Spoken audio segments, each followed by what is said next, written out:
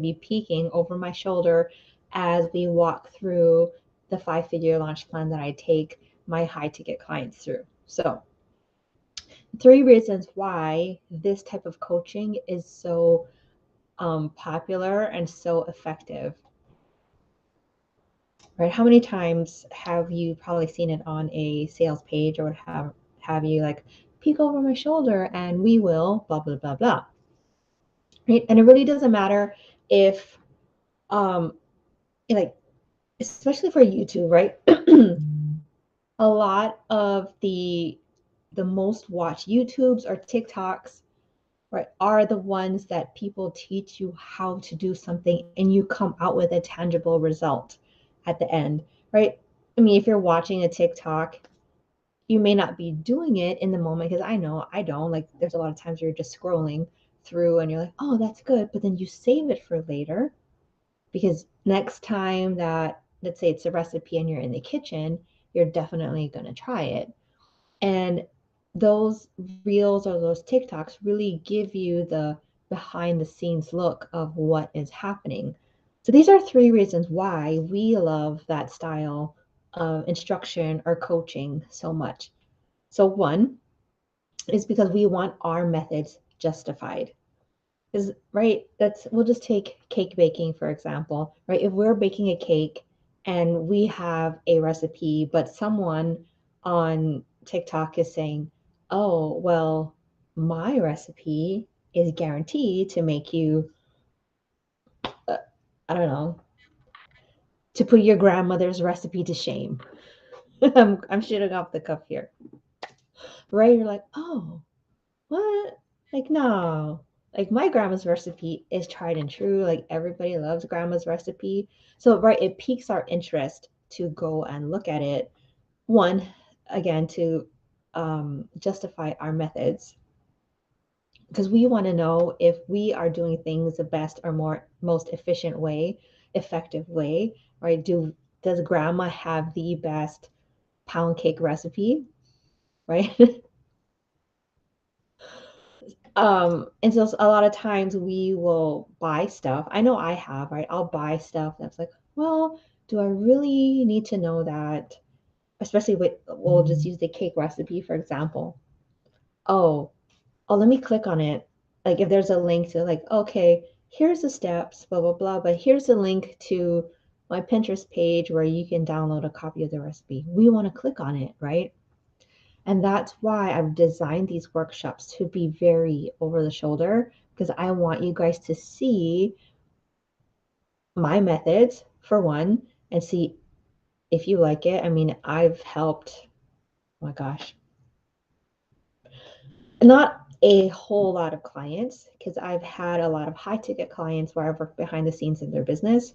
So I haven't worked with a whole lot, but they've at least been like 10 fingers and 10 toes. As I loved doing that high level strategy and that work for one person because as we work together, we would continue to just refine and restructure each additional launch, and that was always fun for me to make it more productive, more profitable, more effective for my clients. So anyway, that's um, lesson number one. We want our methods justified, and number two, right? We want a tried and true approach, right? When we're just starting out, or even if we're not, it can be super helpful to just cut through all of the trial and error and get to that thing that actually works. And right, if you can skip the months of learning and if you had everything all figured out, right? If you had a step-by-step process for your next launch, how much more effective would it be for you to do that?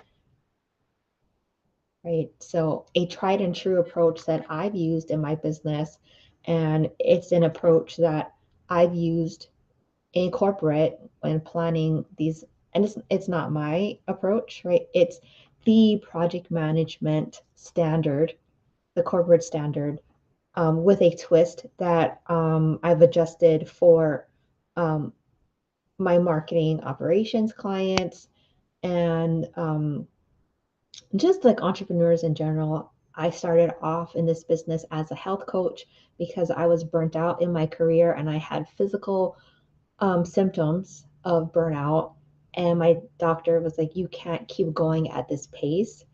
I mean, managing multi-million dollar projects, right? Sometimes I was clocking in like 80 to 100 hours a week when we were knee deep in the weeds of projects. And then on average, like a weekly average, it was 50 to 70 hours a week. So of course, burnout, right? And it because we were just managing a lot, like multi-millions of dollars, and it is so good. I'm just getting so excited sharing it with you. Anyway, one, we want our methods justified. We want to know, okay, am I doing everything correctly? Number two, we want a tried and true approach. We want something that's been tested and proven so that it saves us time, money, and energy. And number three, we want to know the secrets of the pros. And I'm just going to shout myself out here, which I don't do often, but I'm stepping more into, is I have so many years of corporate experience managing projects. It's just a fact. And I said, managing multi-million dollar projects to the tune of, we would, if the project was behind even a day, it would cost us anywhere between $2 to $10 million, because we had to pay people, right? We had to pay for equipment. We had to pay, and we were paying for experts to come in. We were paying for specialists to come in to deal with hazardous waste. And like, if you don't know anything about hazardous waste, not like you need to know it, but for each day that it's left at a facility over a certain range, like there's a permit limit for the amount of the length of storing time that you have at your facility for just hazardous waste. But we're not talking about regular waste. We're talking about specific haz. There's haz and non-haz waste. Hazardous waste has a shelf life to be in your facility. Every day after that, they charge you by the quantity and the type. So I'm not going to get into the details of that, but can you imagine, right? If you, it's kind of like forgetting that you had a subscription that you kept paying for and paying for and paying for, and you didn't know, like say you forgot to turn off your Netflix subscription and you weren't watching it, and it just goes and goes and goes, but your Netflix subscription costs $10 million a day, right? And if you weren't aware of those charges, right? And I mean, we're talking about like if you had an, we're just dealing with bigger numbers. The percentages are about the same. So like in your home budget, we'll just bring it back there. In your home daily budget, right? Netflix is what now? I don't know, like 15, $20, like $20 a month into your monthly budget. And you're not watching it, you're not turning it off. It's still costing you $20 a month. Now, can you imagine they bump that guy up to maybe $100 a month and you're not watching it? It's just one of those things that a lot of people are sleeping on the ROI that they're missing out on when they're not having like super efficient businesses. And it's one of the things that I was managing for my clients as the operations manager of their business. I was managing the whole business operation, and there were a lot of, what do you say? Um, yeah, inefficiencies, not only in like things were sloppy, and a lot of times things weren't sloppy. Most of my clients were pretty sharp and straight and dead on, but there were things that, just like the Netflix account, that if someone wasn't paying attention and documenting that, like things just fall to the wayside, right? If you don't write something down, like say you go to the grocery store and you don't write something down, those things could fall off your list and you come home, you're like, oh my gosh, I needed onions for this recipe and I don't have it. That's what having a rinse and repeat launch strategy in your back pocket is going to do for you. Anytime you go to sit down and plan your next launch, you're going to have your blueprint in front of you. You're going to know exactly what to do when. If you have a launch, say you want to launch something, we'll just take Black Friday. I mean, guys, it's August. We should be thinking about Black Friday by now, right? You have a Black Friday offer that you want to launch. Even if you don't know what it is right now, you know you want to launch something for Black Friday. But you have to reverse engineer that process in order to get the results by Black Friday. And you don't know what you don't know sometimes. Because what I'm really good at is seeing, taking a client's result that they want and reverse engineering a project plan from it, because that's what I've been doing for years and years and years in the corporate space. So, what we're going to be doing specifically on Thursday is looking at what you want to do. What is your goal? Like, yes, we can totally start planning out your Black Friday strategy if you have an upcoming event. You want to host a workshop like this, or you want to have a product launch, you have a book launch, anything that is deemed like a project that you are selling, anything that you're selling is considered a launch in this entrepreneurial space, right? You want to launch a membership, you want to launch, you have a book launch, anything that you're trying to sell deserves a launch strategy. Because, right, a lot of times we think like, oh, I want to sell a book. And you come out here and you're like, you plop a post up and you're like, okay, I sold my book. But in reality, there are a lot more steps to selling your book. There's a whole launch strategy behind selling your book.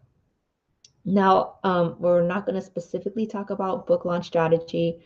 It just came to me because there are a lot of books sitting out here, a whole lot, but there are books sitting at my desk that I pick up and I reference every so often. So that's what's sitting right in front of me. But can you imagine if, right, you just decide to launch something on Black Friday and you're like, oh, it's the week before, but you're competing now with all of these other businesses who may have the same product as you and may, they've already been nurturing their audience. They've already been seeding and everything like that. Who do you think that audience is going to buy from? They're going to buy from the one who's been seeding and nurturing and all of that stuff. So we're going to be talking about all of that. And we're actually going to give you, so this is a spoiler alert for those who are like on the fence, like, I don't know if I need it. We're going to go through the rest of 2022 to plan out your launches or what you guys want to sell for the rest of the year. And we're also going to be looking at 2023. Because, right, once Black Friday comes, then the whole January comes around, new year, new you, right? A lot of us are coaches, life coaches, business coaches, spiritual coaches, right? There's nothing like a New Year's energy to help you move. And actually, right now is on the Hebrew calendar, we're going into a new year as well. So that's why if you're feeling a stirring, like I want to launch something, I need to put something out there. There is a Hebrew calendar New Year vibe that is also like happening right now. So that may be why you're feeling this nesting, maybe why you feel called to join the launch strategy workshop. But some of the objections that may be happening for you are, one, maybe you're scared, like, oh, I don't know, like 5-figure launch, like, you're not quite there yet, and that's okay. Like I have worked with high ticket clients, but I've also walked through, I don't want to say lower ticket, but smaller launches even like opt-ins or lead magnets, those are actually launches, even though it's not something for sale. It is the start of your nurture sequence to get people into your sphere and onto your mailing list or what have you, and then you're going to be nurturing them into a sale eventually. So something as simple as an opt-in lead magnet that you want to launch and get out into the world, or say you want to start a Facebook group, something like that, we are going to be able to map out all of the different projects that people are coming in with. Why? Because it's not a specific strategy for an X type of launch. The other day, I talked about tactics versus strategy, and that's from my friend Amanda. She talked about that, and I was like, oh, yes, tactics versus strategy. I don't think I did it publicly. I think I did that in a group. So if tactics and strategies are new, that's probably why, Kylie. Okay. So a tactic is something like Facebook ads or an Instagram strategy or like a book launch or a type of launch. So that would be a tactic. What we're going to be focusing on is the bones of project management and how to methodically plan and map out how to do a launch properly based on a tried and true project management / launch strategy. Because all of the projects I was launching in corporate, they were big events. A lot of them, actually, most of the things that I managed, the projects that I managed in corporate were all events. And they were like multi-million. Some were just in the low millions. So they were multi, but in the low millions. I've never managed a project that was under $1 million work scope, but that's the nature of the business that I was in. So yes, that is what we're going to be working on tomorrow on Thursday. So if that's something that you need, if you want a strategy, if you're tired of throwing spaghetti at the wall, like, oh my gosh, I really don't know where to start, where to begin, and launch feels like this heavy thing that you have to do, I encourage you to sign up for the workshop. I'll post the link below this video so that you guys can sign up. It is currently at 2 for $45 for the Bring a Bestie price. If you need, if you're flying solo right now and you don't have any biz besties and I get it. Like I started off in business solo. Like I had a dream, I had a wish, and I was like, there's something that I want to do, but I'm not sure. And nobody around understood. And it was really hard to find those people back then. I didn't have social media and all that stuff back then. So if you're flying solo right now and you want the solo pass, just DM me or comment solo below this video, and I will send you that link for the ladies who are flying solo and don't have a bestie that you want to bring. Okay, so that's all I have for you guys today. Hope you guys enjoyed this video, and I'll talk to you again soon. Bye.